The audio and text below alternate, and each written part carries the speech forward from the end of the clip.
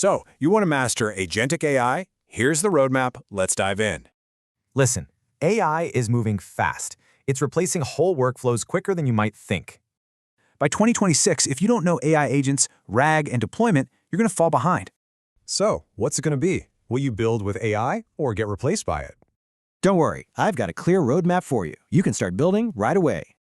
It's a two-step plan. First, you got to master the basics. Then, build real production projects. Step 1 is a course on LangChain and Google Gemini. This is your foundation.